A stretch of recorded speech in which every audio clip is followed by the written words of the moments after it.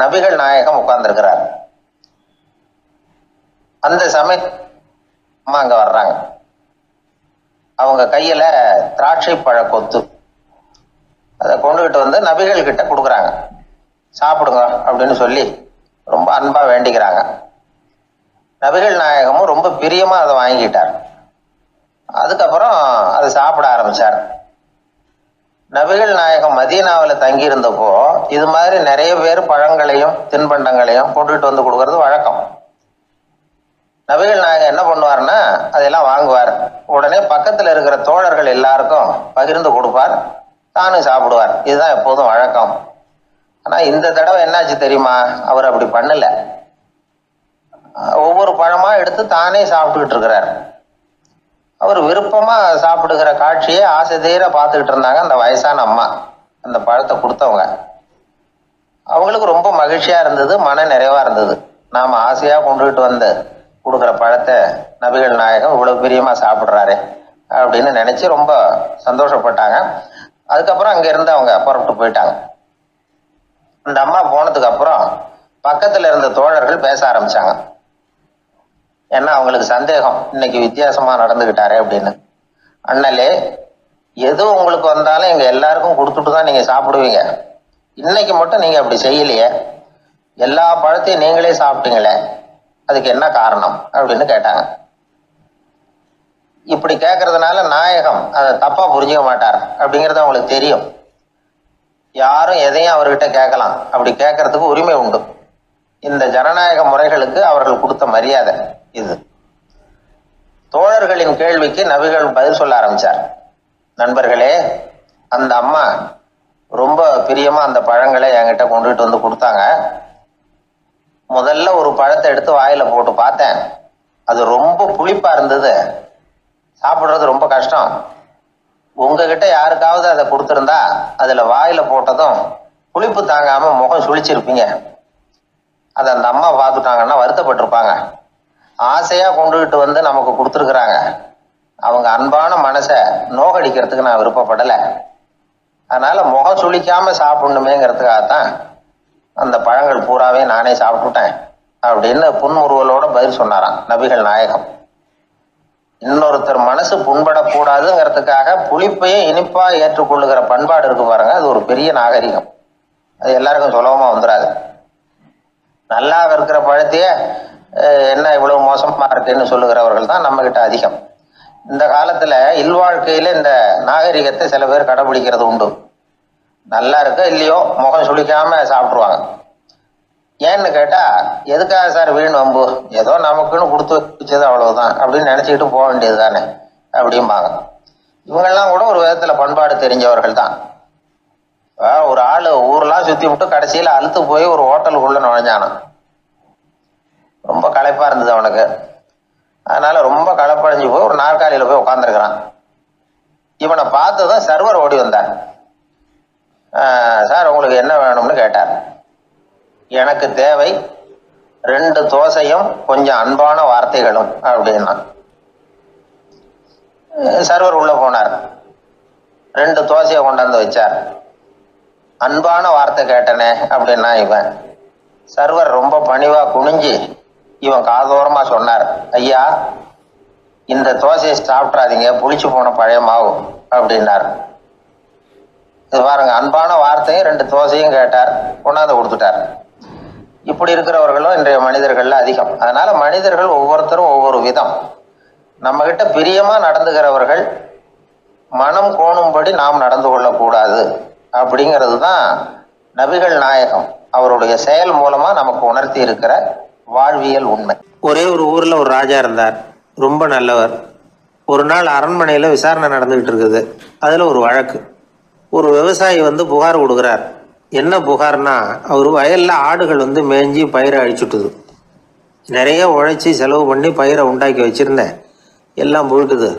இனிமே நான் என்ன செய்யறது, நீங்க தான் சரியான தீர்ப்பு வழங்கணும் அப்படின்னார் அந்த விவசாயி. அந்த ஆடுகளுக்கு சொந்தக்காரர் யாருன்னு கண்டுபிடிச்சி அரண்மனைக்கு அழைச்சிட்டு வாங்கன்னு உத்தரவு போட்டார் ராஜா. சேவகர்கள் போனாங்க, ஆளை கண்டுபிடிச்சாங்க, கூப்பிட்டுக்கிட்டு அரண்மனைக்கு வந்துட்டாங்க. ராஜா விசாரணை பண்ணார். அப்புறம் விசாரித்து முடிச்சுவிட்டு தீர்ப்பு வழங்கினார். இந்த விவசாயி அடைந்திருக்கிற இழப்புக்கு ஈடாக உன்னுடைய ஆடுகளை அவங்ககிட்ட கொடுத்துட வேண்டியது அப்படின்னு சொல்லிவிட்டார். உன்கிட்ட இருக்கிற ஆடு பூரா அவன்கிட்ட கொடுத்துரு, அந்த ஆட்டுனால ஏற்பட்ட இழப்பு சரியாக போகட்டும் அப்படின்னு தீர்ப்பு வழங்கிட்டார். அந்த மன்னருடைய மகன் இதை பார்த்துக்கிட்டே உட்காந்துருந்தான். இந்த தீர்ப்பை இன்னும் கூட சிறப்பாக வழங்கலாமே அப்படின்னு நினச்சான். அப்பாக்கிட்ட சொன்னான். உடனே அந்த அரசர், சரி நீயே இதுக்கு சரியான தீர்ப்பு சொல்லு அப்படின்னார். அந்த இளவரசன் தீர்ப்பு சொல்கிறான். அவன் சொன்ன தீர்ப்பு என்னன்னா, உங்ககிட்ட இருக்கிற ஆடுகள் எல்லாத்தையும் 1 வருஷ காலத்துக்கு அந்த விவசாயிகிட்ட ஒப்படைச்சிட வேண்டியது. அந்த 1 வருஷத்துக்குள்ள அந்த ஆடுகள் போடுற குட்டிகள், பால், எரு எல்லாம் விவசாயி எடுத்துக்க வேண்டியது. 1 வருஷத்துக்கு அப்புறம் உங்களுடைய ஆடுகளை நீங்களே திருப்பி வாங்கிக்க வேண்டியது. இதுதான் இளவரசன் சொன்ன தீர்ப்பு. இது சரியான தீர்ப்பு தான். இனிமேல் என்னுடைய அரச பொறுப்புகளை இளவரசர் வசம் ஒப்படைக்கிறேன் அப்படின்னு சொல்லி ஒப்படைச்சுட்டாராம். அதாவது தாவூத் நபி, சுலைமான் நபி இவர்களுடைய சரித்திரத்தில் இந்த சம்பவம் காணப்படுறதாக ஒரு நண்பர் சொன்னார். ஒரு தண்டனையை பெறுகிறவன் அதுக்கு பிறகு சமூகத்தில் நல்ல விதமாக வாழறதுக்கு வாய்ப்பு இருக்கிறது மாதிரி அமையணும் தீர்ப்பு. அதுக்கு இது ஒரு உதாரணம்.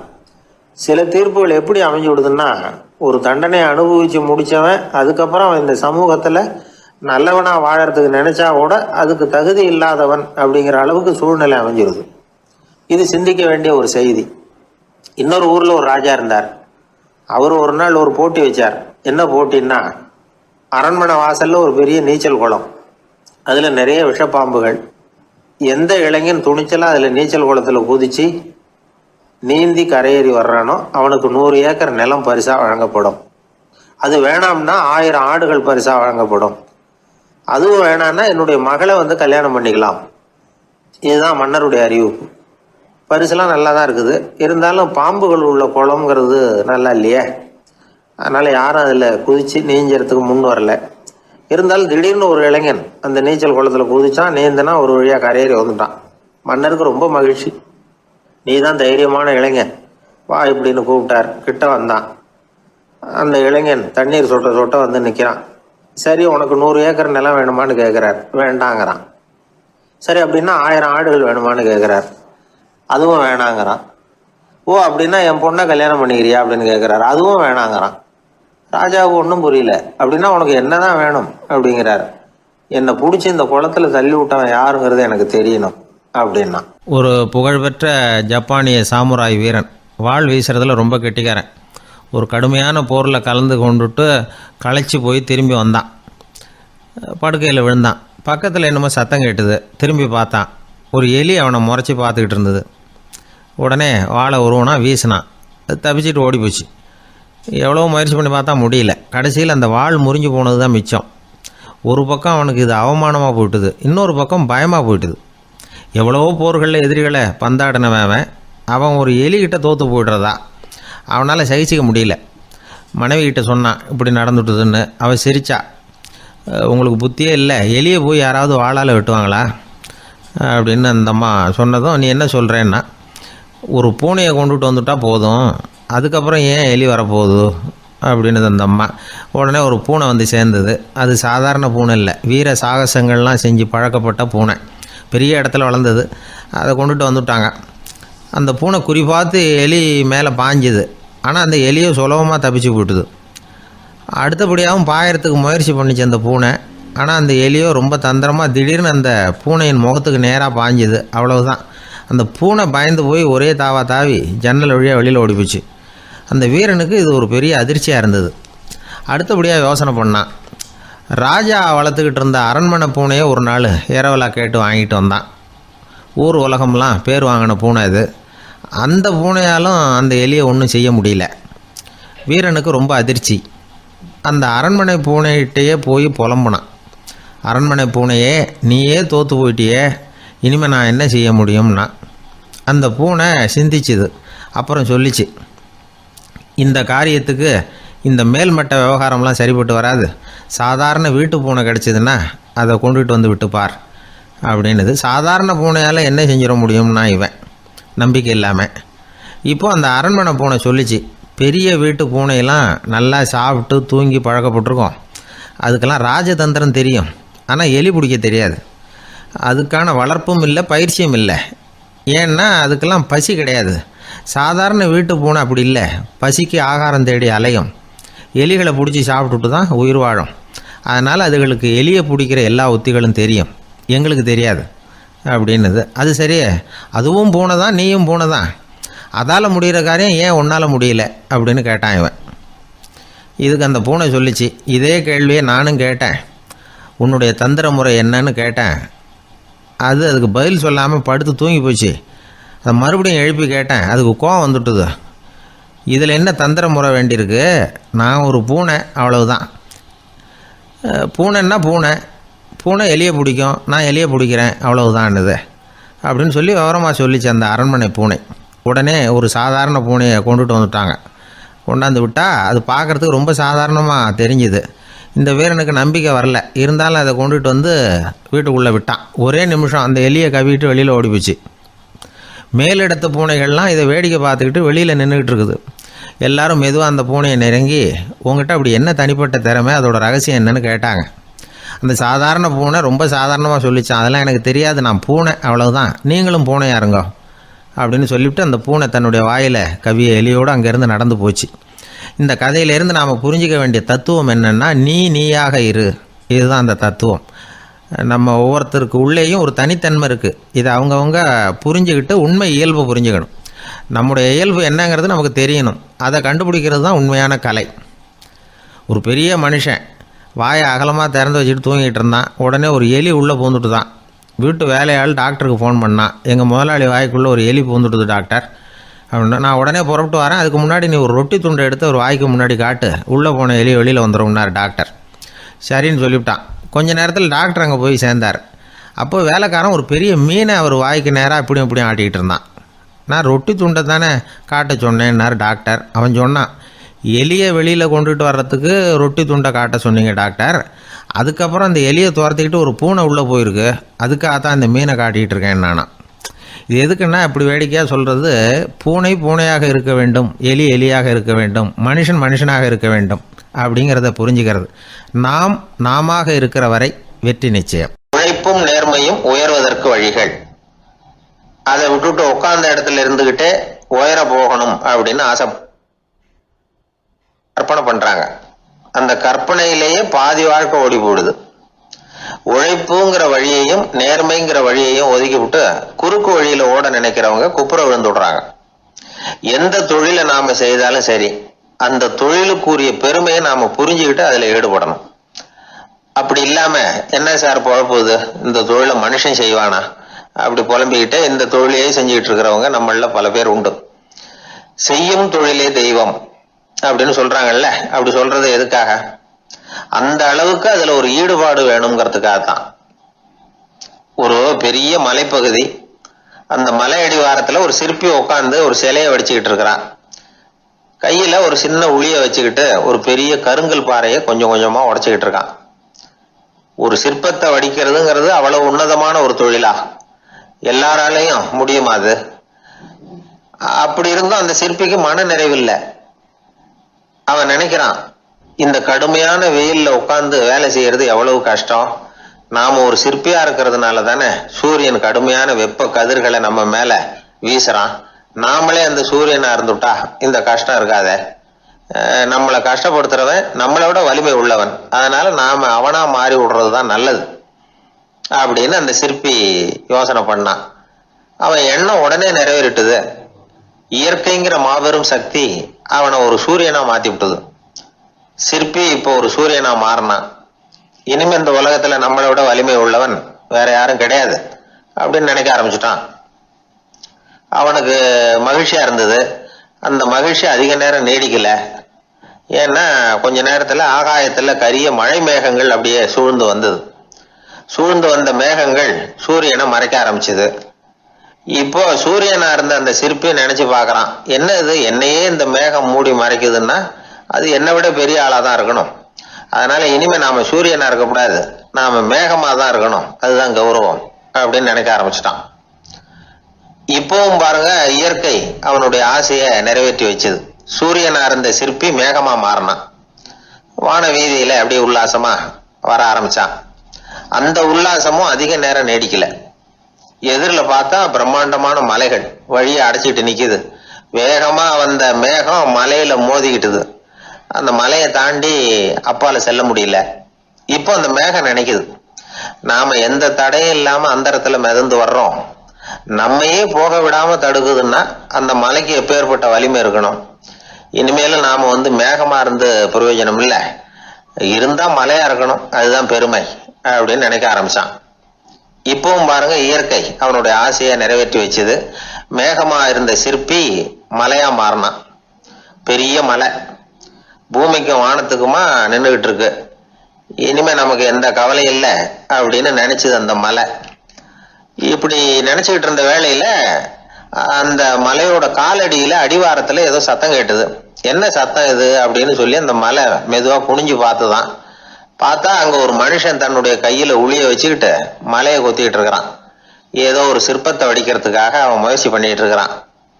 இப்போ அந்த மலை நினைச்சுதான், மலையே ஒருத்தன் உடைக்கிறான்னா அவன் எப்பேற்பட்ட வலிமை உள்ளவனா இருக்கணும். இனிமேலும் மலையா இருந்து பிரயோஜனம் இல்லை, மனுஷனா மாறணும், அதுதான் சரி அப்படின்னு நினைச்சுதான். அந்த வினாடியே அந்த மலை ஒரு மனுஷனா மாறிச்சு. அவன் கையில ஒரு உளி, பழையபடியே ஒரு கருங்கல் பாறையை கொத்த ஆரம்பிச்சான். அந்த ஆள் பழைய நிலைமைக்கு வந்துட்டான். இந்த கதையிலிருந்து நாம தெரிஞ்சுக்க வேண்டியது என்னன்னா, தன்னுடைய உண்மையான பலம் என்னங்கிறது தெரியாமலே தாவி தாவி தடுமாறிக்கிட்டு இருக்கிறான் மனுஷன் அப்படிங்கிறது தான். இனிமேலாவது அதை புரிஞ்சுக்கணும், புரிஞ்சுக்கிட்டு புறப்படணும் வாழ்க்கையில வெற்றி பெறறதுக்கு. ஒரு குடும்ப தலைவருக்கு விபரீதமா ஒரு ஆசை வந்துதான். அதாவது ஒரு நாள் பூராவும் புடவை கட்டிக்கிட்டு மனைவி செய்கிற வீட்டு வேலைகள், சமையல் வேலைகள் எல்லாத்தையும் தானே செய்யணும், மனைவிக்கு ஆண் வேஷம் போட்டு ஆபீஸுக்கு அனுப்பி வச்சுடணும் அப்படின்னு ஆசைப்பட்டான். இதுதான் அந்த ஆசை.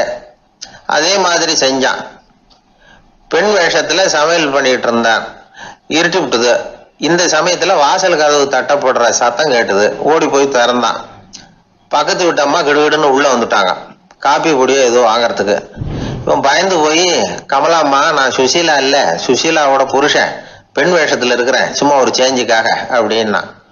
உடனே அந்த அம்மா கிட்ட பயப்படாத, நானும் கமலா இல்ல, கமலாவோட புருஷன், இதுவும் சும்மா ஒரு சேஞ்சுக்காகத்தான் அப்படின்னானா. இப்படி வாழ்க்கையை விபரீதமா நினைச்சுக்கிட்டு வேற வேற கற்பனைகள்ல வீணாக்கிக்கிட்டு இருக்கிறவங்க தான் ரொம்ப அதிகம். நாம அதுவா மாறணும்னு நினைக்கிறது தப்பு, நாம இருக்கணும் அப்படின்னு நினைக்கிறது தான் உண்மை, அதுதான் சரி. அந்த சிற்பி என்னென்னோ கற்பனை பண்ணி கடைசியில மறுபடியும் சிற்பியாகவே சேர்ந்தான் பாருங்க. அதனால நம்முடைய உண்மையான பலம் என்ன அப்படிங்கறத தெரிஞ்சுக்கிட்டு நடந்துகிட்டோம்னா வாழ்க்கையில எப்பொழுதும் வெற்றி நிச்சயம். அன்பா இருக்கணும்னு அநேக பெரியவங்க சொல்லியிருக்கிறாங்க. நாமளும் அதை கேட்டுட்டு அன்பு காட்டுறதுக்கு தயாரா தான் இருக்கிறோம். அதை வாங்கறதுக்கு தான் ஆளை காணும். இருந்தாலும் அன்புல எத்தனையோ வகை உண்டு. அதை சரியா புரிஞ்சுக்கிட்டு அதுக்கப்புறம் அன்பு காட்ட ஆரம்பிக்கணும். வகையை புரிஞ்சுக்காம அன்பு காட்டினா வம்புல மாட்டிக்க வேண்டியதுதான். அன்புன்னா சாதாரணமா நினைச்சு விடாதீங்க. அதுல எவ்வளவு விதம் தெரியுமா? இரக்கம், கருணை, காருண்யம், பந்துத்துவம், பட்சம், பாசம், நேசம், விசுவாசம், அபிமானம், காதல், பக்தி, இப்படி பல விதமா அதை பத்தி சொல்லி வச்சிருக்கிறாங்க பெரியவங்க. இந்த வார்த்தைகள்லாம் நாம கேள்விப்பட்டது தான். இருந்தாலும் அதுகளுக்குள்ள என்ன வித்தியாசம்னு கேட்டா சரியா சொல்ல தெரியாது. அதனால இந்த வார்த்தைகளுக்கெல்லாம் பெரியவங்க என்ன விளக்கம் சொல்றாங்கன்னு இப்போ பார்க்கலாம். எளியவர்கள் மேல செலுத்துற அன்பு இருக்கு பாருங்க, அதுக்கு இரக்கம்னு பேரு. அறிவு பலம், சரீர பலம், இது ரெண்டும் இல்லாதவங்க மேல, அதாவது வலிமையற்றவர்கள் மேல செலுத்துற அன்பு இருக்கு பாருங்க, அதுதான் கருணை. எறும்புல இருந்து யானை வரைக்கும் சகல ஜீவராசிகள் மேலேயும் காட்டுற அன்புக்கு காருண்யம்னு பேரு, ஜீவகாருண்யம். சிவி சக்கரவர்த்தி காட்டின அன்பு இந்த ரகம். உறவினர்கள், சொந்தக்காரங்க, அவங்க வசதியா இருந்தாலும் வறுமையில இருந்தாலும் வித்தியாசம் இல்லாம காட்டுற அன்பு இருக்கு பாருங்க, அதுக்கு பேரு பந்துத்துவம். ஒரு எஜமானன் வேலையாள்கிட்ட காட்டுற அன்பு இருக்கு பாருங்க, அதுக்கு பேரு தான் பட்சம். அவனும் தன்னை மாதிரி மனுஷன்தாங்கிற நினைப்பு வேணும். ஒரு தாய் தன்னுடைய குழந்தை மேல, ஒரு குழந்தை தன்னுடைய தாய் மேல செலுத்துற அன்புக்கு பாசம்னு பேரு. ஈருடல் ஓர் உயிர்னு நினைக்கிறது இது. ராமரும் கௌசலையும் இதுக்கு உதாரணம். தம்மை ஒத்த நண்பர்கள் கிட்ட செலுத்துற அன்புக்கு நேசம்னு பேரு. வயசு, செல்வம், அந்தஸ்து, இந்த வித்தியாசமெல்லாம் பார்க்காம அவங்க சுக துக்கத்துல சமபங்கு எடுத்துக்கிறது இது. கிருஷ்ணன் குசேலர்கிட்ட காட்டினது இந்த ரகம். வேலை செய்யறவன் முதலாளி கிட்ட காட்டுற அன்புக்கு விசுவாசம்னு பேரு. தேசத்து மேலேயும் தாய்மொழி பேர்லையும் செலுத்துற அன்புக்கு அபிமானம்னு பேரு. தேசாபிமானம்னு சொல்கிறோமே இதுதான். ஒரு கணவன் மனைவி பேரில் காட்டுற அன்புக்கு காதல்னு பேர், கடவுள் பேரில் செலுத்துகிற அன்புக்கு பக்தின்னு பேர். இப்படி அன்புல பல ரகம் இருக்கிறப்போ அதில் உள்ள வித்தியாசம் தெரியாமல் இடம் மாற்றி அன்பு காட்டினா இடைஞ்சல் தான். சரி, இந்த அன்பை பற்றி விஞ்ஞானம் என்ன சொல்லுது தெரியுமா? இதயத்தை பாதுகாக்கிறதுக்கு முக்கியமாக தேவைப்படுற ஒன்று இந்த அன்பு தான்னு சொல்லுது. நெதர்லாந்து விஞ்ஞானிகள் இதை ஆராய்ச்சி பண்ணியே கண்டுபிடிச்சிருக்கிறாங்க. கொஞ்சம் முயல் குட்டிகளை 2 பிரிவாக பிரித்தாங்க.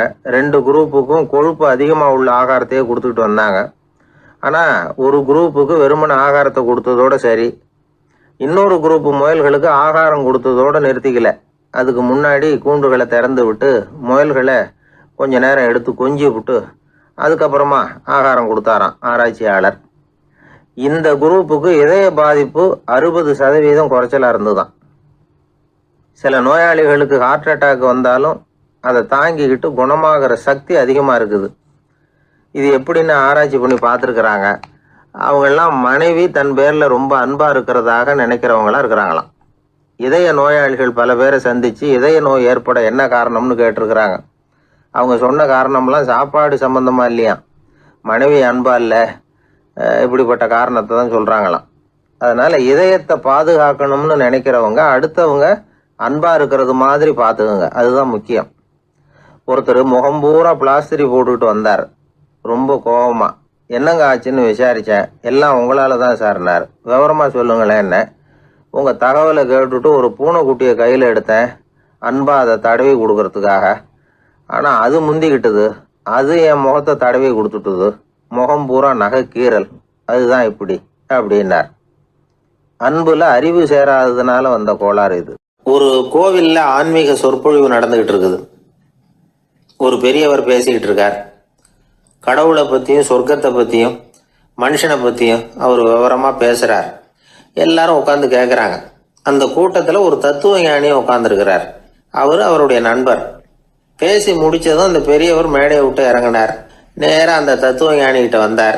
எப்படி இருந்தது என்னுடைய பேச்சு அப்படின்னு கேட்டார். நீங்கள் பேசினது ஒன்றுக்கு ஒன்று முரண்பாடாக தெரிஞ்சுது அப்படின்னாராம் இவர். நான் என்ன அப்படி தப்பாக பேசிவிட்டேன் அப்படின்னாராம் அவர். கடவுளை நம்புகிறவன் சொர்க்கத்துக்கு போவான்னு சொன்னீங்க, அப்புறம் நல்ல விதமாக வாழறவன் சொர்க்கத்துக்கு போவான்னு சொன்னீங்க அப்படின்னாராம். இதில் என்ன முரண்பாடுன்னு கேட்டிருக்காரு அவர். இதில் தான் முரண்பாடு தெரியுது எனக்கு. அதாவது இங்கே ஒருத்தன் எல்லா தப்பும் பண்ணிக்கிட்டு இருக்கிறான், அவன் கடவுளை நம்பினான்னா அவன் சொர்க்கத்துக்கு போவானா? இது என்னுடைய முதல் கேள்வி. இல்லைன்னா ஒருத்தன் எந்த தப்பும் பண்ணல, ரொம்ப ஒழுங்காக வாழ்ந்துக்கிட்டு இருக்கிறான், ஆனால் அவன் கடவுளை நம்பலை, அவன் என்ன நரகத்துக்கு தான் போவானா? கடவுள் நம்பிக்கை உள்ள ஒரு திருடன் என்ன ஆவான், எங்கே போவான்? கடவுள் நம்பிக்கையே இல்லாத ஒரு நல்லவன் என்ன ஆவான், எங்கே போவான்? ஒருத்தன் இங்கே கடவுள் நம்பிக்கையோட வாழறது முக்கியமா அல்லது நல்லவனா வாழறது முக்கியமா? இதுதான் இவர் கேட்ட கேள்வி. இதை கேட்டதும் அந்த பெரியவர் குழம்பி போட்டார். அவர் சொன்னது நியாயம் தானே. கடவுளை நம்புறவன் தான் சொர்க்கத்துக்கு போவான்னா பேசாமல் கடவுளை நம்பிக்கிட்டு இந்த உலகத்தில் எல்லா தப்பும் பண்ணிக்கிட்டு இருக்கலாமே. பேச்சாளர் குழப்பத்தோட வீட்டுக்கு போனார். படுத்து தூங்கினார். ஒரு கனவு வந்தது. கனவுல அவர் ஒரு ரயிலில் வேகமாக போயிட்டு இருக்கிறார். எதிரில் உட்காந்துருக்கிறவரை பார்த்து நாம் இப்போ எங்கே போகிறோம்னு கேட்டார். சொர்க்கத்துக்கு போயிட்டு இருக்கிறோம் அப்படின்னாங்களாம். ரயில் போய் நின்றுது. இவர் இறங்கினார். இங்கே கௌதம புத்தர் இருப்பார், சாக்ரட்டிஸ் இருப்பார், அவங்கள பார்க்கறதுக்கு ஒரு நல்ல வாய்ப்பு அப்படின்னு நினச்சிக்கிட்டே அங்கேயும் இங்கேயும் பார்த்தார். அங்கே யாருமே இல்லை. ஒரே பாலைவனம் மாதிரி இருக்குது. பச்சை இல்லை, பசுமை இல்லை, பூக்கள் இல்லை, மரம்லாம் மொட்டையாக நிற்கிது. எலும்பும் தோலுமா சில முனிவர்கள் அங்கேயும் எங்கேயுமா உட்காந்துருக்குறாங்க. இவர் அவங்ககிட்ட போய் இந்த புத்தர், சாக்ரட்டிஸ் இவங்கெல்லாம் எங்கே இருக்கிறாங்கன்னு கேட்டாராம். அப்படி யாரும் இங்கே இல்லையே, அவங்கெல்லாம் யாரு அப்படின்னு திருப்பி கேட்டிருக்கிறாங்க. இவருக்கு அதிர்ச்சியாக போச்சு. அப்படின்னா அவங்க எங்கே போயிருப்பாங்க? உடனே ரயில் நிலையத்துக்கு ஓடி வந்தார். அப்போதான் நரகத்துக்கு ஒரு ரயில் புறப்பட்டுக்கிட்டு இருந்தது அங்கேருந்து. அதில் ஏறி உட்காந்தார். ரயில் வேகமாக போச்சு. நரகம் நெருங்க நெருங்க காற்று குளிர்ச்சியாக வீச ஆரம்பிச்சுதான். வெளியில் பசுமையாக இருந்துதான். அழகான மலர்கள், அழகான நீர்நிலைகள், நந்தவனங்கள், ரொம்ப அருமையாக இருக்குது. ரொம்ப அங்கே இருந்தவங்கெல்லாம் ரொம்ப மகிழ்ச்சியாக உல்லாசமாக வேறு இருந்திருக்கிறாங்க. எங்கே பார்த்தாலும் ஆடல் பாடல் உற்சாகம். இவர் ரயிலை விட்டு இறங்கினார். அவருக்கு சந்தேகம், இதுவா நரகம் அப்படின்னு விசாரிச்சிருக்கார். ஆமாம், இதுதான் நரகம்னாங்களாம். எனக்கு ஒரு சந்தேகம் இருக்கார். என்னன்னு கேட்டிருக்காங்க. கௌதம புத்தரும் சாக்ரட்டிஸும் லாவோஸும் இவங்க மாதிரி இன்னும் பல பேரும் கடவுள் நம்பிக்கை இல்லாதவங்க அவங்கெல்லாம் இங்கே இருக்கிறாங்களா அப்படிங்கிறது தான் என்னுடைய சந்தேகம் அப்படின்னாராம். இப்போ அவங்க சொல்லியிருக்கிறாங்க, இப்போ நீங்கள் பார்க்குறீங்களே பசுமையும் பச்சை பயிர்களும் ஆடல் பாடல்களும் அழகிய மலர்களும், இது எல்லாமே கௌதம புத்தரும் சாக்ரட்டிஸும் அது மாதிரி மகான்களும் இங்கே வர ஆரம்பித்த பிறகு தான் உண்டாக ஆரம்பிச்சது. இந்த பிரதேசத்தை அவங்க அப்படியே மாற்றிவிட்டாங்க. இப்போலாம் இங்கே இருக்கிறவங்க யாரும் சொர்க்கத்துக்கு போகிறதுக்கே ஆசைப்படுறதில்ல அப்படின்னாங்களாம். இந்த அதிர்ச்சியிலேயே அந்த பெரியவர் கனவு கலைஞ்சி முழிச்சுக்கிட்டார். இதில் இருக்கிற கருத்து என்னன்னா, நல்லவர்கள் எங்கே இருக்கிறாங்களோ அந்த இடத்துக்கு பேர் தான் சொர்க்கம். சொர்க்கம் நரகம்ங்கிறதெல்லாம் ஆன்மீக பண்புகள், அவ்வளவுதான். ஒரு ஊரில் 2 இணைபிரியாத நண்பர்கள். ஒருத்தன் கேட்டான், இப்போ கடவுள் நம்ம முன்னாடி உங்கள் 2 பேரில் யாராவது ஒருத்தர் மட்டும் என்னோட சொர்க்கத்துக்கு வரலாம் அப்படின்னு கூப்பிட்டா நீ என்ன சொல்லுவேன்னு கேட்டானா. இவன் ரொம்ப பெருந்தன்மையாக உன்னையே அழைச்சிட்டு போக சொல்லிடுவேன் அப்படின்ட்டுருக்கான். அப்படின்னா உனக்கு சொர்க்கம் வேணாமான்னு கேட்டிருக்கான் அவன். நீ என்னை விட்டுட்டு போனாவே அப்புறம் இந்த பூலோகமே எனக்கு சொர்க்கம் தாண்டா அப்படின்னு நானா இவன். வாயில் கொழுப்பு இருந்தாலும் பரவாயில்ல சார், எப்படியாவது ஒரு வழியாக சமாளிச்சுக்கலாம். ஆனால் வயத்தில் மட்டும் கொழுப்பு இருக்கக்கூடாது சார். அப்படி இருந்தால் அதான் அலட்சியமாகவும் விட்டுறக்கூடாது சார் அப்படின்னு ஒருத்தர் சொல்லிட்டு வந்தார். அதுக்கப்புறம் தான் அவர்கிட்ட பேசி பல விவரங்களை தெரிஞ்சுக்க முடிஞ்சுது. சில பேர் சொல்லுவாங்க, எனக்கு தொந்தி கிடையாது சார், வேணும்னா என் வயத்தை அழுத்தி பாருங்க, கல் மாதிரி இருக்கும்பாங்க. வயிறு கல் மாதிரி இருந்தால் உள்ள கொழுப்பு இல்லைன்னு நினச்சிடக்கூடாது. வயிற்று தசைக்கு அடியில் உள்ள கொழுப்பு சில வாத்தியங்களில் இருக்குமே நரம்பு, அது மாதிரி டைட்டாக இழுத்துக்கிட்டு இருக்குன்னு அர்த்தம். அதனால் தொட்டு பார்த்தா கல் மாதிரி தான் இருக்கும், இருந்தாலும் தொந்தி தான். வயிற்றில் கொழுப்பு அதிகமாக இருக்கிறது சங்கடம்தான். அதனால் கொலஸ்ட்ரால் அளவு அதிகமாகும். இதய நோய்கள், நீரிழிவு, ஹைப்பர் டென்ஷன், ஸ்ட்ரோக்கு, இது மாதிரி ரிஸ்கெல்லாம் அதிகமாகும். ஒருத்தர் ஒல்லியாக இருக்கலாம், உடம்பு இடம் அதிகப்படியாக இல்லாமல் இருக்கலாம். அப்படி இருந்தால் கூட அவர் உடம்புல மற்ற பகுதியை விட வயத்தில் கொழுப்பு அதிகமாக இருக்கும். நாம தான் ஒல்லியாக இருக்கிறோமே, நமக்கு ஒன்றும் இல்லை அப்படின்னு நினச்சிடக்கூடாது. சரி, நம்ம வயிறு இருக்க வேண்டிய அளவை விட அதிகமாக இருக்குதா இல்லையா, அதை எப்படி கண்டுபிடிக்கிறது? அதுக்கு சில வழி இருக்குது. முதல்ல நீங்கள் நேராக ஸ்ட்ரெயிட்டாக நிமிர்ந்து நில்லுங்க. உங்கள் பார்வையை மட்டும் கீழே தாழ்த்தி கால் விரலை கவனிங்க. விரல் உங்களுக்கு தெரியுதா அப்படின்னா உங்கள் வயர் நார்மலாக இருக்குன்னு அர்த்தம். கால் விரல் உங்கள் கண்ணுக்கு தெரியலையா அப்படின்னா உங்களுக்கு வயிறு பெருசு தான். இன்னொரு வழி இருக்குது. அது என்ன தெரியுமா? ஒரு தரையில் நீட்டாக படுத்துடணும். 1 மீட்டர் நீளம் உள்ள அளவுகோல் ஒன்று எடுத்துக்கோங்க. கழுத்து எலும்பில் ஒரு பக்கத்தையும் இடுப்பில் ஒரு பக்கத்தையும் வைங்க. பக்கவாட்டில் வைங்க, அதாவது படுக்கவாட்டில். அது நடுப்பகுதி வயத்தில் முட்டி தராசு மாதிரி ஆடுதா அப்படின்னா உங்கள் வயர் உங்களுக்கு ப்ராப்ளம் தான். அதனால் அதை கண்டுபிடிக்கிறதுக்கு அப்படி ஒரு அளவுகோல் வச்சிருக்கிறாங்க. மருத்துவ அறிவியல் ரீதியாக உங்களுக்கு தொந்தி இருக்குதா இல்லையான்னு கண்டுபிடிக்கிறதுக்கு ஒரு வழி இருக்குது. உங்கள் இடுப்பில் வெயிஸ்ட் அப்படின்னு சொல்கிறோம்ல, இடுப்பில் ஒரு அளவு எடுக்கணும், சுற்றளவு. இடுப்புக்கு கீழே ஹிப்புன்னு சொல்கிறோம்ல, அங்கே ஒரு அளவு எடுக்கணும், அதிகபட்ச சுற்றளவு எடுக்கணும். அந்த அளவை இந்த அளவால் வகுக்கணும். அதாவது உங்கள் வெயிஸ்ட் மெஷர்மெண்ட் இருக்குல்ல, அதை ஹிப்பு மெஷர்மெண்ட்டால் வகுக்கணும். இந்த விகிதம், அதாவது வெயிஸ்ட் ஹிப் ரேஷியோ, ஆண்களுக்கு 0.95க்கு மேலே போகக்கூடாது, பெண்களுக்கு 0.85க்கு மேலே போகக்கூடாது. அப்படி போயிட்டுதுன்னா வயிறு பெருத்துருக்குதுன்னு அர்த்தம். இது டாக்டர்கள் கண்டுபிடிக்கிற ஒரு விதம். சரி, இந்த தொந்தியை குறைக்கிறதுக்கு என்ன பண்ணலாம்? பட்னி கிடக்கலாமா அப்படின்னா அது தேவையில்லை. ஆனால் கலோரி அளவை குறைக்கணும். அது எப்படி? கொழுப்பு ஆகாரத்தை குறைக்கணும். இப்போ கார்போஹைட்ரேட்டு, புரோட்டீன்லாம் இருக்குது இல்லை, அதெல்லாம் ஒரு கிராமுக்கு சுமாராக 4 கலோரி கொடுக்கும். ஆனால் கொழுப்பு ஒரு கிராமுக்கு 9 கலோரி கொடுக்கும். அதனால் ஒரே அளவுள்ள ஆகாரங்களில் கூட கலோரி வித்தியாசம் இருக்குது. கலோரி அளவு குறைச்சலாக கொடுக்கக்கூடிய ஆகாரம் சாப்பிட்ணும். இப்போ தொந்தியை குறைக்கிறதுக்கு கடுமையான உடற்பயிற்சி தேவையா அப்படின்னு கேட்டால் அதுவும் தேவையில்லையா. ஆகாரத்தில் கொழுப்பை குறைச்சாவே போதும், மற்ற ஆகாரம் செரிக்கிறதுக்கு லேசான உடற்பயிற்சியே போதும். வயத்தை குறைக்கிறேன்னு சொல்லி சில பேர் உட்காந்து எழுந்திருப்பாங்க, அதுவும் தேவையில்லையா. அப்படிலாம் பண்ணி உங்களை கஷ்டப்படுத்திக்க வேண்டியதில்லை. வயத்தை குறைக்கிறதுக்கு அதெல்லாம் உதவுறது இல்லை அப்படின்னு அது சம்பந்தமான நிபுணர்கள் சொல்கிறாங்க. இப்போ இது சம்பந்தமாக 1984 ஒரு சோதனையே பண்ணி பார்த்துருக்குறாங்க. ஒரு நாளைக்கு 185 தடவை உட்காந்து எழுந்திருக்கிறது. இது மாதிரி 27 நாள் பயிற்சி பண்ணிவிட்டு பார்த்தாங்களாம்.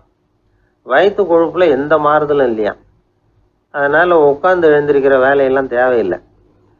தொந்தியை குறைக்கிறதுக்கு முயற்சி பண்ணுறவங்க தோற்றத்தை அழகாக்கிறது ஒரு பக்கம் இருந்தால் கூட ஆரோக்கியமான நீண்ட வாழ்வுக்கும் அவங்க அஸ்திவாரம் போடுறாங்கன்னு தான் அர்த்தம். ஒருத்தர் வந்தார், சார் எனக்கு தொந்தி இருக்கா இல்லையான்னு கண்டுபிடிக்கிறது கஷ்டமாக இருக்குதுன்னார். சரி நான் கண்டுபிடிக்கிறேன், இப்படி தரையில் காலை நீட்டி ஸ்ட்ரைட்டாக படுங்க அப்படின்னோம். சரின்னு படுத்துட்டார். இப்போ உங்கள் கண்ணை திருப்பி கால் கட்டை விரலை பாருங்க, கட்டை விரல் தெரியுதா அப்படின்னு கேட்டேன். தெரியுது சார்னார். நீங்கள் தெரியுதுன்னு சொல்கிறத நான் எப்படி நம்புறதுன்னு. அதோ தெரிகிற அந்த கட்டை விரல் நுனியில் ஒரு ஈ கூட உட்காந்துருக்குது பாருங்க சார் அப்படின்னார். அப்படின்னா நீங்கள் பார்க்குறது கட்டை விரல் இல்லை சார், உங்கள் மூக்கு நுனி, அங்கே தான் இப்போ ஈ உட்காந்துருக்குது அப்படின்னோம். மனிதர்களில் சில பேர் ரொம்ப வித்தியாசமாக நடந்துக்குவாங்க. மற்றவங்களுக்கு அது ரொம்ப ஆச்சரியமாக கூட இருக்கும். அந்த ஆள் ஒரு மாதிரி பார்த்து நடந்துக்கோ அப்படின்னு கூட சொல்கிறது உண்டு. இவங்களை பார்த்து நாம் பித்து குளியும்போம். உளவியல் இவங்களை எக்ஸென்ட்ரிக்ஸ் அப்படின்னு சொல்லுது. இவங்களை மனநோயாளிகள்னு தவறாக புரிஞ்சிக்க கூடாது. அவங்க வேற இவங்க வேற. எக்ஸென்ட்ரிக்ஸ் பற்றின சில விவரங்கள் ஒரு புத்தகத்தில் இருக்குது. அதாவது ஸ்காட்லாந்தில் ஒரு உளவியல் மருத்துவர் அதை எழுதியிருக்கிறார். அவர் பேர் டாக்டர் டேவிட் வீக்ஸ். அவருக்கு ஒரு உதவியாளர் இருந்தாராம், அவர் பேர் கேட் வுட். இவங்க 2 பேரும் சேர்ந்து இங்கிலாந்து பூரா சுற்றி பார்த்துருக்காங்க. 3 வருஷம் சுற்றினாங்களாம். நான் சொன்னது மாதிரி ஒரு மாதிரியாக இருக்கிற ஆசாமிகள் பல பேரை சந்தித்து பேசி அவங்கள பற்றி ஆய்வுலாம் நடத்தியிருக்கிறாங்க. அப்படி நடத்தி அதை ஒரு புஸ்தகமாக எழுதியிருக்கிறாங்க. நிறைய பேசி பார்த்துட்டு அவங்க சொல்லியிருக்கிறத கேட்டால் ரொம்ப ஆச்சரியமாக இருக்குது. நாம் இவங்களை பார்த்து பித்துக்குழிங்கிறோம், எக்ஸென்ட்ரிக்ஸ் அப்படின்னு சொல்கிறோம், கிண்டல் கூட பண்ணுறோம். ஆனால் அவங்களோட அறிவு ரொம்ப தெளிவானதான். இந்த ஆராய்ச்சியாளர்கள் சொல்கிறாங்க. அவங்க உடல் நலமும் ரொம்ப நல்லா இருக்குதான், உடம்புலையும் எந்த கோளாறும் இல்லையா. அவங்களுக்கு மகிழ்ச்சியும் அதிகமாக, ஆயுளும் அதிகமாக. அவங்களில் பல பேர் என்ன சொல்கிறாங்கன்னா, நீங்கள் நினைக்கிறது மாதிரி இல்லை நாங்கள், ஆனால் நாங்கள் மற்றவங்கள்லேருந்து வேறுபட்ட தன்மை உள்ளவங்க அப்படிங்கிறத ஒத்துக்கிறாங்களாம்.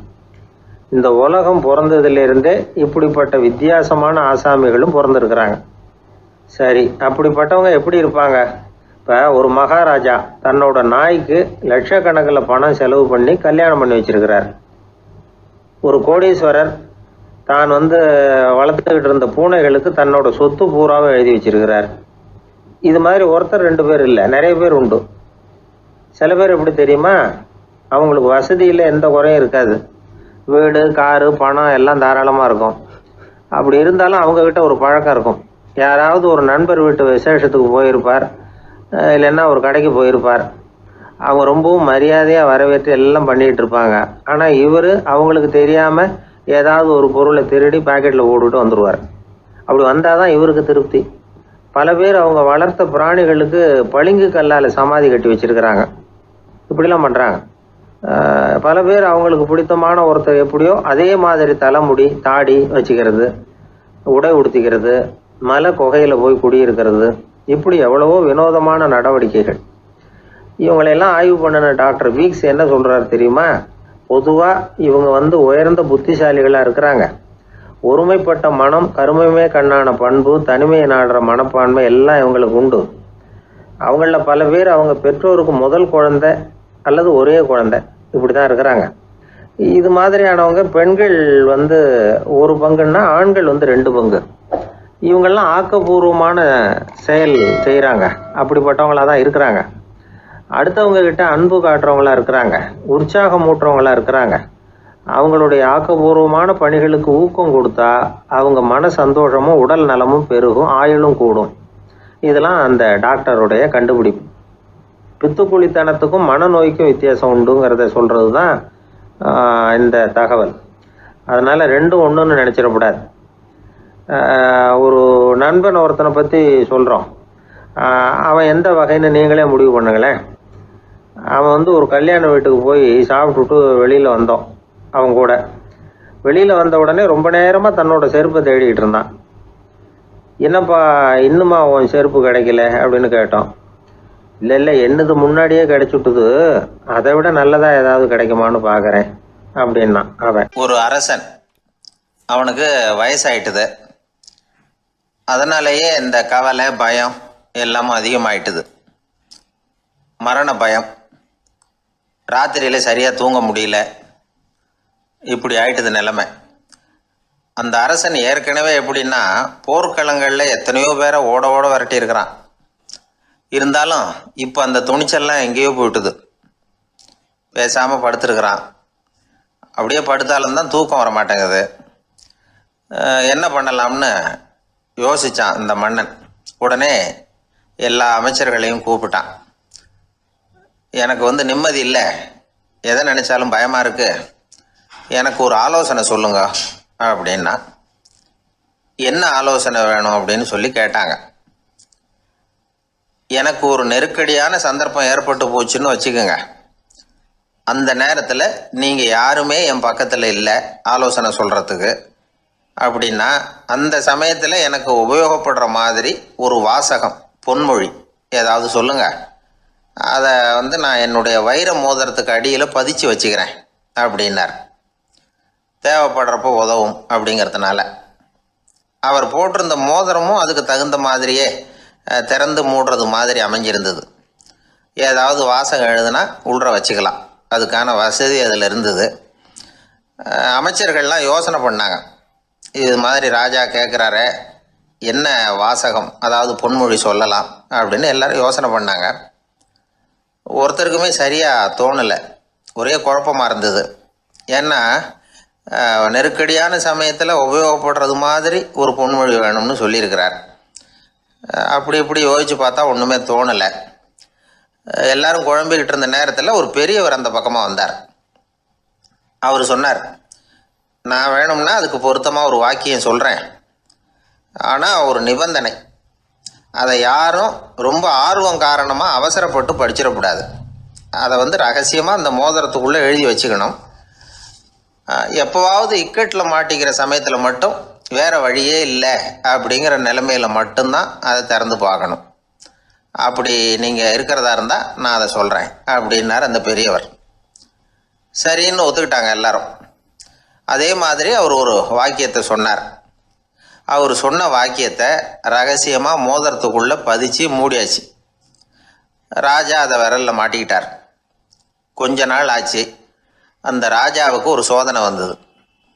என்ன சோதனைன்னா, அடுத்த நாட்டு மன்னன் படையெடுத்துக்கிட்டு வந்துட்டான். அவன் இவர்கிட்ட ஏற்கனவே தோற்று போனவன், ஒரு வெறியில் வந்திருக்கிறான். தோற்று போனவன் மறுபடியும் சண்டைக்கு வந்தால் எப்படி வருவானோ அப்படி வர்றான். ஒரு வெறியில் வந்தால் ஜெயிச்சுட்டான். என்னாச்சு இவரோட நிலைமைன்னா, நாட்டை இழந்துட்டார், எல்லாத்தையும் இழந்துட்டார். கடைசியாக ஒரு அடிபட்ட குதிரையில் ஏறி தப்பிச்சு போயிட்டார், வேறு வழி இல்லைன்னு. பின்னாடி துரத்திக்கிட்டு வராங்க. இவர் ஒரு மலை உச்சிக்கு போயிட்டார். அதுக்கும் அப்பால் போக முடியாது, ஏன்னா அந்த பக்கம் பயங்கர பள்ளம். உல்லாச பயணிகள் கண்டு கழிக்கிற இடம் அது. ஆனால் இவருக்கு அது சாவு பயணத்தின் வாசல், திரும்பவும் முடியாது. அவ்வளவு குறுகிய பாதை அது, வேறு வழியே இல்லை. இந்த நேரம் சூரிய ஒளி மோதிரத்தில் பட்டு மின்னிச்சு. உடனே இவருக்கு ஞாபகம் வந்தது. மோதிரத்தை திறந்து படிக்கிறார். அதில் இருந்த வாசகம், இந்த நிலையும் மாறிவிடும், this too will pass away. அவருக்கு ஒரு தைரியம் வந்தது. பின்னாடி வந்தவங்களும் திசை மாதிரி வேறு எங்கேயோ தேடி போயிட்டாங்க. அவங்க விரட்டிக்கிட்டு வரலன்னா இவ்வளவு அழகான ஒரு இடம் இருக்கிறதே எனக்கு தெரியாமல் போயிருக்குமேன்னு நினச்சார். இவ்வளவு அழகை ரசிக்கிறதுக்காக ஒரு நாட்டையே கூட இழக்கலாம்னு தோணுச்சு அவருக்கு. அமைதியாக அந்த அழகை ரசித்தார். எதிரிகள்லாம் எங்கேயோ போயிட்டாங்க. மன்னர் நாடு திரும்பினார். மறுபடியும் படைகளை திரட்டினார். கொஞ்ச நாளில் படை எடுத்துக்கிட்டு போனார். யாருக்கிட்ட தோற்று போனாரோ அவரையே வெற்றி கண்டு திரும்பி வர்றார். வரவேற்பு விழா பிரமாவப்படுது. ஆடல் பாடல் கோலாகலம். இதை பார்த்தது அந்த ராஜாவுக்கு தலைகால புரியல. நம்மளை இனிமேல் யாராலையும் ஜெயிக்க முடியாதுன்னு நினச்சார். அகம்பாவம் லேசாக எட்டி பார்த்தது. இப்போ மறுபடியும் சூரிய ஒளிப்பட்டு மோதிரம் மின்னிச்சு. அதை திறந்து மறுபடியும் படிக்கிறார். இந்த நிலைமையும் மாறிவிடும், this too will pass away. அவ்வளவுதான். அவர் மனசு அடங்க ஆரம்பிச்சுட்டுது, ஆணவம் போயிட்டுது. இதிலேருந்து நாம் தெரிஞ்சுக்க வேண்டியது என்னென்னா, எந்த சூழ்நிலையிலையும் நாம் கவலைப்பட வேண்டியதில்லை. ஏன்னா இங்கே எதுவுமே நிரந்தரம் இல்லை. அந்த ராஜா மாதிரியே நம்ம ஆள் ஒருத்தன் ஒரு மோதிரம் போட்டிருந்தான், அதுக்குள்ளே அவன் எழுதி வச்சிருந்த வாசகம் எதுக்கும் கவலைப்படாதே அப்படிங்கிறது தான்.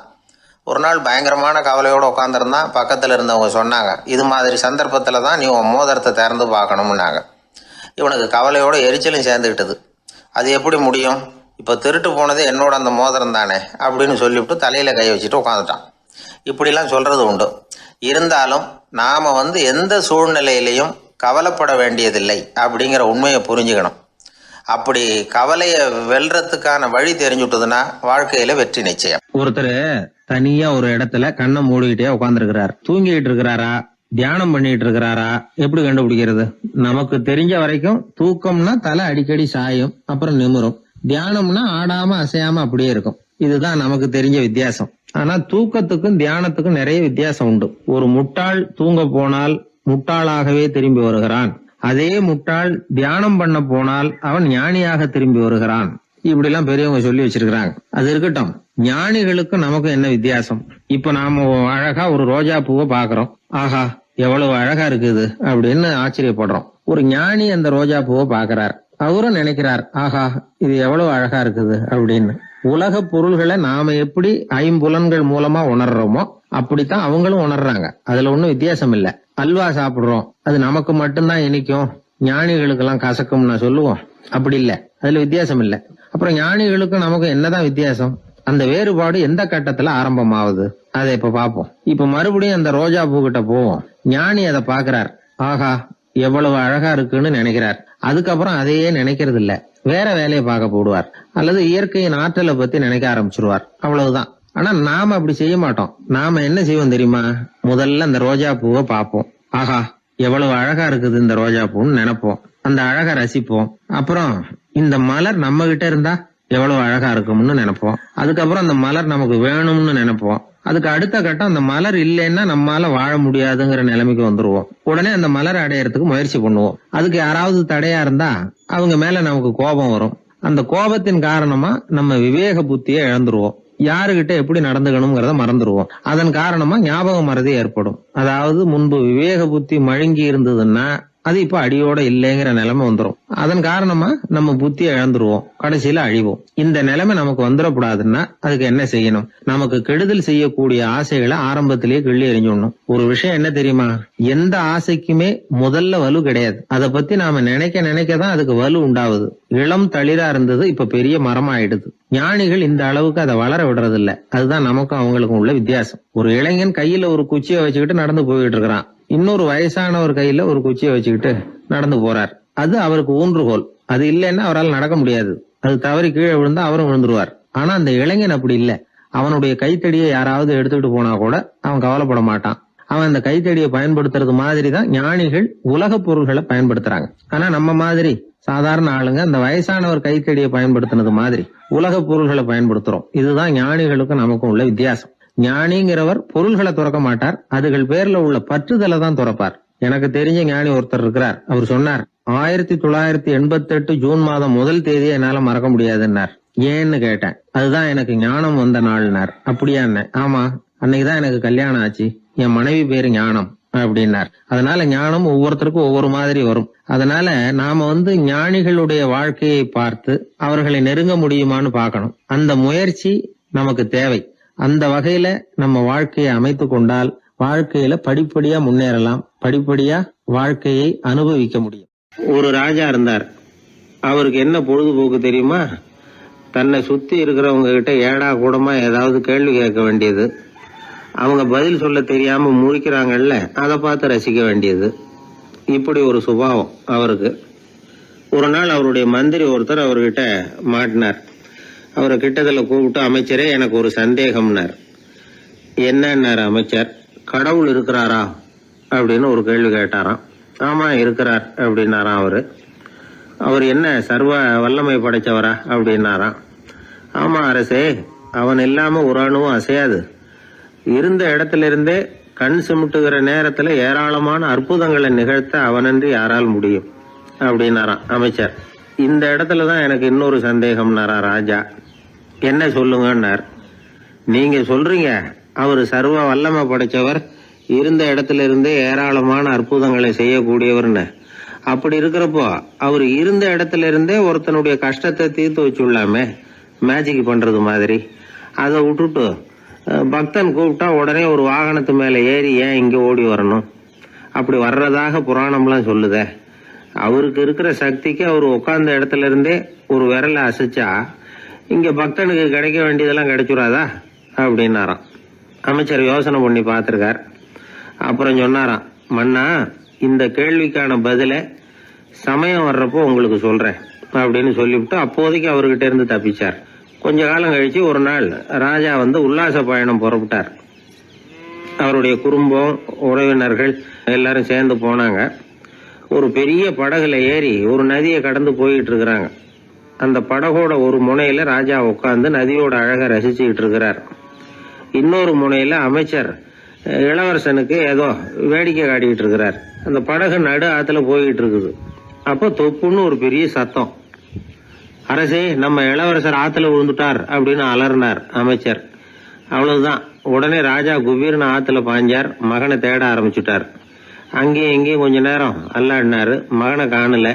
அதுக்கப்புறம் மந்திரியும் ஆத்துல குதிச்சு ராஜா கிட்ட வந்தார். அரசே, இளவரசர் படகுல பத்திரமா தான் இருக்கிறார். தண்ணியில விழுந்தது வெறும் கல்லு தான் அப்படின்னார். 2 பேரும் ஈர உடையோட படகுக்கு சேர்ந்தாங்க. ராஜா மந்திரிய கோபமா பார்த்தார். இது என்ன விளையாட்டுன்னார். அரசே, கொஞ்ச நாளைக்கு முன்னாடி நீங்க கேள்விக்கு பதில் ஒண்ணு கேட்டீங்க. அந்த கேள்விக்கான பதில நீங்க அனுபவ ரீதியா உணரணும்னு ஆசைப்பட்டேன். அதனாலதான் இப்படின்னார். அப்புறம் விளக்கம் கொடுத்தார். அரசே, ஒரு பக்தனுக்கு கஷ்டம்னா இருந்த இடத்துல இருந்து அதை தீர்த்து வைக்கலாமே கடவுள், ஏன் நேர்ல ஓடி வரணும் அப்படின்னு கேட்டீங்க. இப்ப நடந்தது என்ன? இளவரசர் தண்ணியில விழுந்துட்டாருன்னதும் நீங்க ஊன்னு சொல்லி ஒரு விரலை காட்டினா போதும், உடனே தண்ணியில குதிக்கிறதுக்கு ஏராளமான காவலர்கள் இங்க இருக்கிறாங்க. ஆனா நீங்க என்ன செஞ்சீங்க? இளவரசர் விழுந்துட்டாருன்னதும் அவர் எந்த பக்கம் எந்த திசையில விழுந்தாருன்னு கூட கேட்காம உடனே தண்ணியில குதிச்சிங்க. அப்படி உங்களை குதிக்க வச்சது எது? மகன் மேல உள்ள பாசம், அன்பு. அது மாதிரிதான் கடவுளும் ஓடி வர்றார் அப்படின்னார். அதுக்கப்புறம் அந்த ராஜா ஏடம் கூடமா எதுவும் கேள்வி கேட்கறதே இல்லையா, அந்த பழக்கத்தை விட்டுட்டாராம். அதனால இந்த தகவலை கேட்டு உடனே நீங்களும் கடவுளே கொஞ்சம் இப்படி வந்துட்டு போ அப்படின்னு கூப்பிட்டு அவர் வர்றாரா அப்படின்னு ஆகாயத்தை பார்த்துக்கிட்டு நிக்கக்கூடாது. இந்த கதையோட கருத்து என்னன்னா, அன்பிற்கும் உண்டோ அடைக்கும் தாழ் அப்படிங்கிறது தான். அன்பு வலிமையானது அப்படிங்கறத புரிஞ்சுக்கிட்டா போதும். உங்களுக்கு ஒரு கல்யாண பத்திரிக்கை வருது, அதுக்கு நீங்க வாழ்த்து செய்தி அனுப்புறதுக்கும் நேர்ல போறதுக்கும் வித்தியாசம் இருக்குது இல்ல. அன்னைக்கு ஒருத்தன் அப்படிதான் வந்தான். கையில ஒரு கல்யாண பத்திரிக்கை வச்சிருந்தான். சார், இந்த கல்யாணம் கல்கத்தாவில் நடக்குது, ரொம்ப தூரம் தான், இருந்தாலும் நான் நேர்ல போய் கலந்துக்க போறேன்னா. மாப்பிள்ளை அவ்வளவு நெருக்கமானவரான்னு. இல்ல சார், மாப்பிள்ளையே நான் தான் அப்படிங்கிறான். சில பேர் எப்படின்னா, அவங்க பேசுற வார்த்தை ஒரு மாதிரியா இருக்கும், அதுக்கு அர்த்தம் வேற மாதிரியா இருக்கும். அதனால நாம அவசரப்பட்டு ஒரு முடிவுக்கு வந்துடக்கூடாது. யோசிச்சு பார்க்கணும். இல்லைன்னா விவரம் தெரிஞ்சவங்களை கேட்டு அதுக்கு அர்த்தம் என்னன்னு கண்டுபிடிக்கணும். ஒரு ஊர்ல ஒரு பெரியவர் இருந்தார். அவருக்கு 3 பிள்ளைங்க. கடைசி காலத்துல அவர் அந்த 3 பிள்ளைங்களையும் கிட்டத்துல கூப்பிட்டு 3 அறிவுரைகளை சொல்லிவிட்டு கண்ணை மூடிட்டார். அவர் சொன்ன அறிவுரைகள் என்ன தெரியுமா? பெத்த தாய்க்கு சோறு போடாதே, இது ஒரு அறிவுரை. கொடுத்த கடனை கேட்காதே, இது ஒரு அறிவுரை. விதைச்ச நிலத்துக்கு வேலி போடாதே, இது ஒரு அறிவுரை. என்ன இது எல்லாம் ஒரு மாதிரியா இருக்குது, இதெல்லாம் பார்த்தா அறிவுரை மாதிரியா தெரியுது, என்னப்பா இப்படி சொல்றிய அப்படின்னு கேட்கலாம்னா அவர் அதுக்குள்ள கண்ணை மூடிட்டார். சரி, அப்பா சொல்லிவிட்டு போன அறிவுரைக்கு அர்த்தம் என்ன, அதை எப்படியாவது கண்டுபிடிப்போம் அப்படின்னு சொல்லி அந்த 3 பிள்ளைங்களும் ஆளுக்கு ஒரு அறிவுரையை எடுத்துக்கிட்டு வெளியில புறப்பட்டாங்களாம், விவரம் தெரிஞ்சவங்களை கேட்கலாம்னு. ஒரு பெரியவர் வந்தார். அவரை பார்த்து விளக்கம் கேட்டாங்க. ஐயா, கொஞ்சம் நெல்லுங்க, எங்க அப்பா சாகர சமயத்துல பெத்த தாய்க்கு சோறு போடாதேன்னு சொல்லிவிட்டு போனார் அப்படின்னா என்ன அர்த்தம் அப்படின்னு கேட்டாங்க. அந்த பெரியவர் கொஞ்சம் யோசனை பண்ணி பார்த்துட்டு அப்புறம் விளக்கம் சொன்னார். பெத்த தாய்க்கு சோறு போடாதேன்னா பொதுவா வயசானவங்களுக்கு அடிக்கடி கோபம் வரும். மருமகளோ மற்றவங்களோ சோறு போட்டா சீரா போட்டா ஐயோ குறைச்சி போடுறாளே, தாராளமா போடுறதுக்கு மனசு வரலையேம்பாங்க. தாராளமா போட்டா ஐயோ இப்படி மாட்டுக்கு கொட்டுறது மாதிரி கொட்டுறாளேம்பாங்க. ஆக எப்படி போட்டாலும் கோபம் வரும். அதனால இவங்களுக்கெல்லாம் நாம சோறு போடக்கூடாது, அவங்களா எடுத்து போட்டுக்கிற மாதிரி அவங்களுக்கு முன்னாடி வச்சுடணும். அதுதான் புத்திசாலித்தனம். அததான் உங்க அப்பா பெத்த தாய்க்கு சோறு போடாதேன்னு சொல்லியிருக்கிறார். போடாதேன்னா அவங்களா எடுத்துக்கிற அளவுக்கு அவங்க முன்னாடி சோத்தை வச்சிருங்க, அவங்க வேணுங்கிறத எடுத்துக்கிட்டோம்னு அர்த்தம் அப்படின்னு விளக்கம் கொடுத்தாரு அந்த பெரியவர். சரிங்க, அடுத்தபடியா எங்க அப்பா கொடுத்த கடனை கேட்காதேன்னு சொன்னாரு, அது எப்படிங்க நாங்க கேட்காம இருக்க முடியுமா அப்படின்னு கேட்டிருக்காங்க.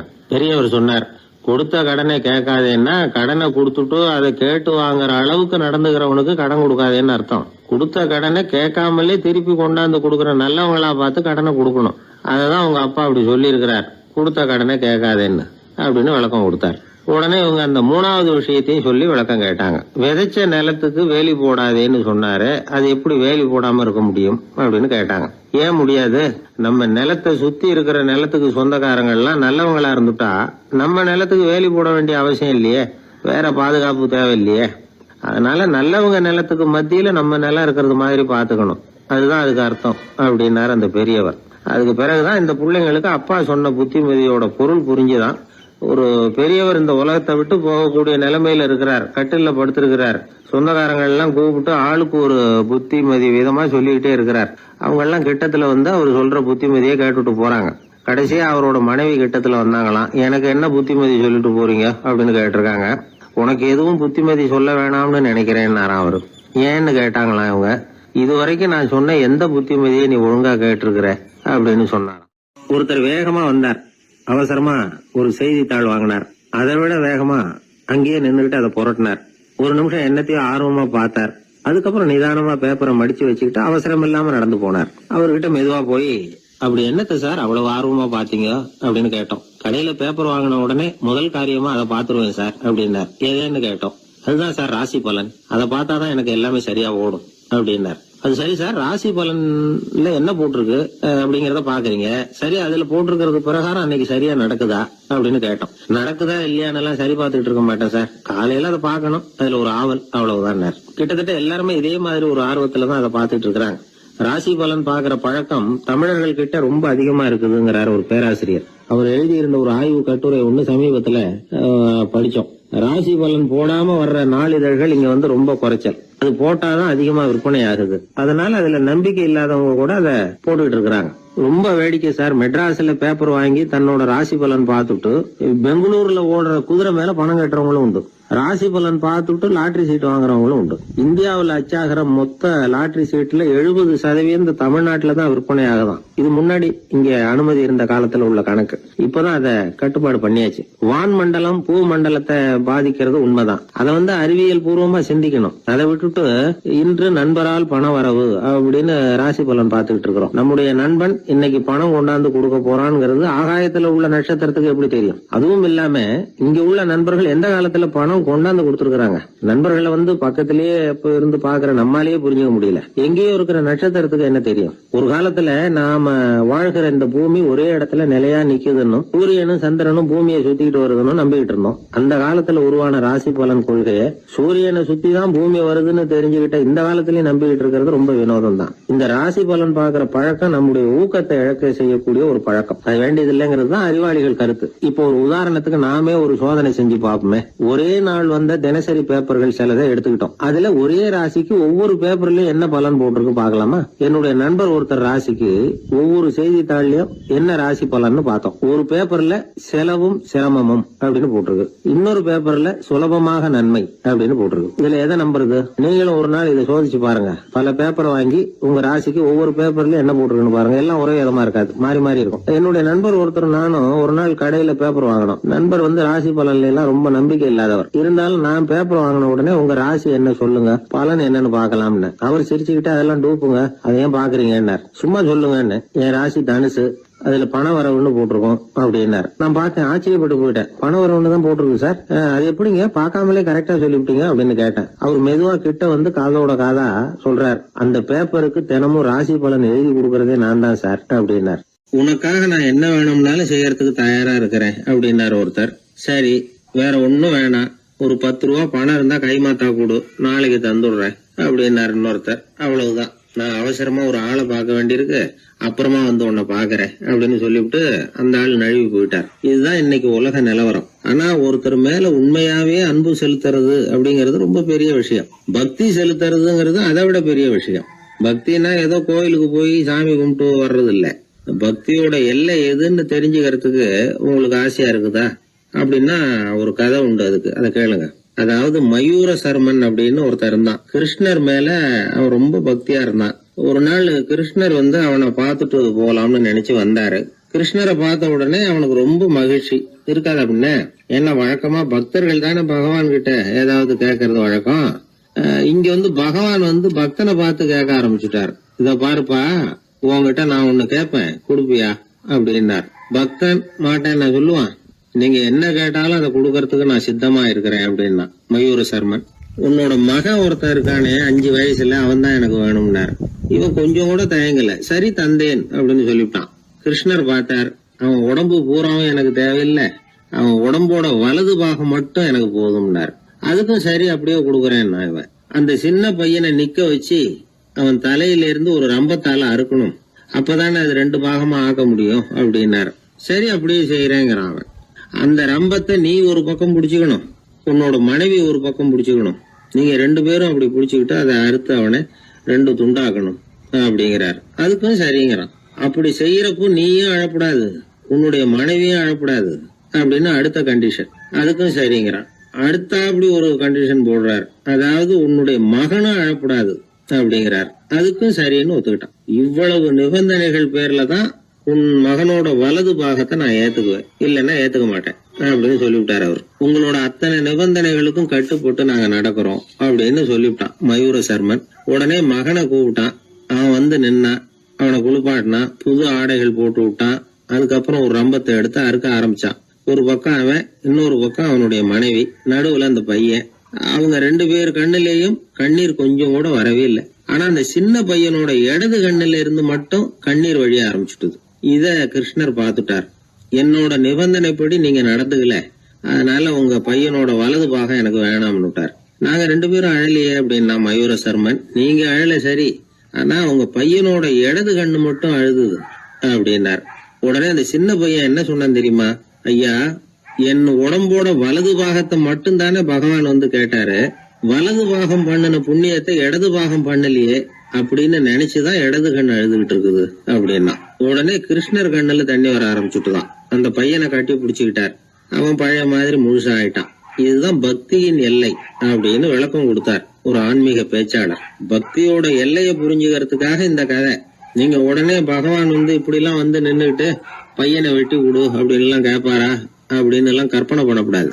ஆன்மீக விஷயங்களை வந்து ஆன்மீக நோக்கத்துல புரிஞ்சுக்கணும், அதுதான் முக்கியம். பக்தியோட எல்லைக்கே நம்மால போக முடியலன்னாலும் ஒரு ஓரத்துக்காவது போய் சேர முடியுதா அப்படின்னு முயற்சி பண்ணி பார்க்கலாம். அதுக்காக தான் இவ்வளவு. இப்போ நம்ம ஆளுங்களோட பக்தி எந்த அளவுக்கு இருக்குங்கிறத புரிஞ்சுக்கிறதுக்கு வேணும்னா ஒரு உதாரணம் சொல்லலாம். ஒருத்தர் கடவுள்கிட்ட வேண்டிக்கிட்டாராம், நான் செய்யற வியாபாரத்துல இன்னைக்கு 1000 ரூபாய் லாபம் கிடைச்சதுன்னா அதுல 500 ரூபாய உன் கோயிலுக்கு வந்து உண்டியல்ல போட்டு விடுறேன் அப்படின்னு வேண்டிக்கிட்டார். சொல்லிவிட்டு வியாபாரம் பண்ணார். 1000 ரூபாய் கிடைக்கல, 500 ரூபாய் தான் லாபம் கிடைச்சது. அவர் அதுக்கப்புறம் அந்த கோயிலுக்கு போகல. ஏங்க, கிடைச்ச 500ல பாதிய உண்டியல்ல போட்டு விடுறது தானே நியாயம் அப்படின்னு கேட்டாங்க. அதுக்கு அவரு முறைச்சு பாக்குறார். அப்புறம் சொல்றார், விவரம் தெரியாம பேசாதீங்க, கடவுள் ஏற்கனவே அவரு பங்கு 500 ரூபாயை எடுத்துக்கிட்டு மீதி 500 ரூபாய் தான் எனக்கு கிடைக்கிறது மாதிரி பண்ணிருக்கிறார், அதனால இது எனக்கு சேர வேண்டிய பங்கு அப்படின்னு சொல்லிவிட்டார். இவரோட பக்தியின் எல்லை எந்த அளவுல இருக்குது பாத்தீங்களா? வாழ்க்கையே வெறுத்து போச்சு சார் அப்படின்னு சொல்லிட்டு வந்தான் ஒருத்தன். ஏப்பா அப்படி சொல்ற அப்படின்னு. நான் இந்த உலகத்துக்கு தேவையே இல்லை சார் அப்படின்னா. இந்த உலகத்துல தேவையில்லாம எதுவுமே இல்லையே என்ன நிமிர்ந்து பார்த்தான். இப்போ உன் உடம்புல இருக்கிற காலை மட்டும் எடுத்துருவோமா, அது உனக்கு தேவையில்லை அப்படின்னு. அது எப்படி, நடக்கிறதுக்கு அது வேணாமான்னா. சரி அதை விட்டுரு, கையை மட்டும் எடுத்துருவோம் அப்படின்னு. அப்புறம் சாப்பிடுறது எப்படின்னா. சரி அப்படின்னா இப்போ உன் உடம்புல தேவையில்லாம அனாவசியமா இருக்கிற ஒரு பகுதியை சொல்லு, அதை மட்டும் எடுத்துருவோம்னு. அவன் யோசனை பண்ண ஆரம்பிச்சான். அப்புறம் மெதுவா சொன்னான், எல்லாமே அவசியமா தான் தோணுது அப்படின்னு சொல்லி அவன் சொன்னான். நீ சொன்னதுக்கு அப்புறம் யோசனை பண்ணி பார்த்தா எல்லாமே அவசியம்னு எனக்கு தோணுதுன்னா. உனக்கு எல்லாமும் அவசியம், ஆனா நீ இந்த உலகத்துக்கு அவசியம் இல்லை, அப்படித்தானே? இப்பதான் அவன் குழம்ப ஆரம்பிச்சான். இன்னைக்கு பாருங்க, நிறைய இளைஞர்கள் இப்படிதான் தன்கிட்ட என்ன இருக்குங்கிறது தெரியாமலே தடுமாறிட்டு இருக்கிறாங்க. அவங்க யாருங்கிறது அவங்களுக்கு அடையாளம் தெரியறது இல்ல. விலங்குகள்லாம் பாருங்க, பறவைகள் மாதிரி விண்ணுல பறக்கணும் அப்படின்னு ஆசைப்படுறது இல்ல. ஒரு பசுமாடு பருந்து பறக்கிறத பார்த்துட்டு நாமளும் அது மாதிரி பறக்கணும் அப்படின்னு 4 காலையும் தூக்குறது இல்ல. சரி, ஆனா ஒரு மனுஷன் என்ன நினைக்கிறான்னா, அவங்கிட்ட என்ன திறமை இருக்கு அப்படிங்கறது அவனுக்கு புரியாம நடந்துக்கிறான். சரி, ஒரு மனுஷங்கிட்ட என்ன திறமை இருக்குங்கிறத எப்படி கண்டுபிடிக்கிறது? இந்த உலகத்துல இருக்கிற ஒவ்வொரு மனிதனுக்கும் ஒரு தனித்தன்மை உண்டு. அதாவது ஒருத்த மாதிரி இன்னொருத்தன் இருக்கிறது இல்ல.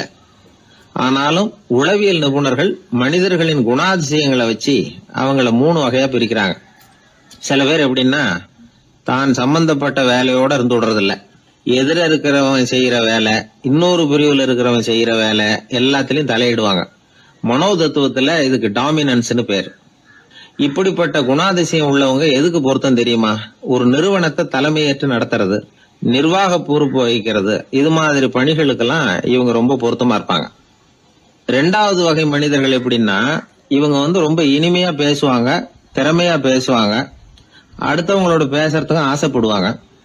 இப்படிப்பட்டவங்கலாம் விற்பனை துறையில வேலை பார்க்கறதுக்கு ரொம்ப பொருத்தம். இதை தவிர 3வது வகை மனிதர்கள் உண்டு. அவங்க எப்படின்னா, இவங்களுக்கு பகுத்து உணரும் ஆற்றல் உண்டு, உறுதிப்பாடு உண்டு, அடுத்தவங்களோட அதிகம் பேச மாட்டாங்க. இன்னும் சொல்ல போனா 4 பேரோட பேசுறதே இவங்களுக்கு பிடிக்காது. செய்யற வேலையை நுணுக்கமா செய்வாங்க. எந்த பிரச்சனையா இருந்தாலும் சரி, அது சம்பந்தமா எல்லா விவரங்களையும் சேகரிப்பாங்க. இந்த வகை மனிதர்களுக்கு ஆராய்ச்சி வேலை, அக்கவுண்டன்ட் வேலை, இது மாதிரியான பொறுப்புகளை கொடுக்கலாம். ஒவ்வொரு மனிதனையுமே கொஞ்சம் கூர்ந்து கவனிச்சு பாருங்க. அவனுக்குள்ள இந்த 3 விதமான திறமைகளும் உண்டு. எது அதிகம் எது குறைவு அப்படிங்கறதுலதான் வித்தியாசம். நாம ஒவ்வொருத்தரும் கொஞ்சம் சுயமா சிந்திச்சு பார்க்கணும். நாம இந்த 3 வகையில எந்த வகை அப்படிங்கறத நாமளாதான் தேடி கண்டுபிடிக்கணும். இப்ப சொல்லப்பட்ட 3 குணங்களுமே ஆளுமை சம்பந்தப்பட்டது. இதுல ஒருத்தருடைய இயல்பு, திறமை இதெல்லாம் அடங்காது. இதெல்லாம் தனி. இதையெல்லாம் யார் நினைச்சாலும் முறையா பயிற்சிகள் மூலமா வளர்த்துக்கலாம். இப்ப திறமைய பயிற்சி மூலமா நம்ம வளர்த்துக்கலாம், இயல்பு இதையெல்லாம் வளர்த்துக்கலாம். முன்னாடி சொன்னது மாதிரி நாம எந்த வகையான ஆசாமிங்கிறத புரிஞ்சுக்கிட்டு அதுக்கு தகுந்த மாதிரி ஒரு வேலையை தேடிக்கிட்டோம்னா வாழ்க்கை நல்ல விதமா அமையும். அதுக்கப்புறம் நான் இந்த உலகத்துக்கு தேவையில்லை அப்படின்னு சொல்லிட்டு இருக்க வேண்டிய அவசியம் வராது. அதனால நம்முடைய குணம் என்ன, நாம எப்படிப்பட்டவர் அப்படிங்கறத அடிப்படையில தெரிஞ்சுக்கிட்டு அதுக்கு தகுந்த மாதிரி ஒரு தொழிலை வாழ்க்கையில தெரிஞ்சுக்கிறது, ஏற்றுக்கிறது நல்லது. இப்போ ஒரு அக்கவுண்டன்ட் வேலைக்கு இன்டர்வியூ நடந்தது. ஒருத்தர் வந்தார். அந்த நேர்காணல்ல அவர்கிட்ட ஒரு கேள்வி கேட்டாங்க. ஏன்னா அவர் வந்திருக்கிறது இந்த ரொம்ப கணக்கு சம்பந்தப்பட்ட வேலை, அக்கவுண்டன்ட் வேலை. அதனால இந்த நேர்காணல்ல அவர்கிட்ட கேட்டாங்க, 8, 3 இது ரெண்டையும் பெருக்குனா என்ன அப்படின்னு கேட்டாங்க. அவர் என்ன சொல்லிவிட்டார், 23ன்னு சொல்லிவிட்டார். 8 3 பெருக்குனா 24ன்னு சொல்லியிருக்கணும். ஏதோ அவசரத்துல 23ன்னு சொல்லிவிட்டார். பதில் சரி போன்னு சொல்லிவிட்டாங்க.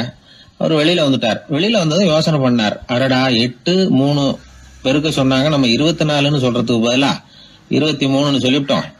இந்த சின்ன கணக்கு கூட நமக்கு தெரியல அப்படின்னு நினைச்சிருப்பாங்களே, நிச்சயமா நமக்கு இந்த வேலை கிடைக்காது அப்படின்னு முடிவு பண்ணிட்டு போயிட்டார். ஆனா பாருங்க, 10வது நாள் அவருக்கு அப்பாயின்மெண்ட் ஆர்டர் வந்துட்டுது. வேலையில உடனே சேர்ந்துங்க அப்படின்னு. சரி, ஏதோ தவறுதலா போட்டாங்க போல இருக்கு, நாம எதையும் வெளியில சொல்லிட்டு இருக்க வேணாம் அப்படின்னு சொல்லி இவரும் கம்முன்னு போய் வேலையில சேர்ந்துக்கிட்டார். ரொம்ப நாள் கழிச்சு வேலை நிரந்தரமானதும் மெதுவா மேனேஜர் கிட்ட போய் உண்மையை சொன்னார். சார், அன்னைக்கு நேர்காணல்ல இன்டர்வியூல 8 3 இத பெருக்குனா என்ன விடை அப்படின்னு கேள்வி கேட்டீங்க. நான் தவறுதலா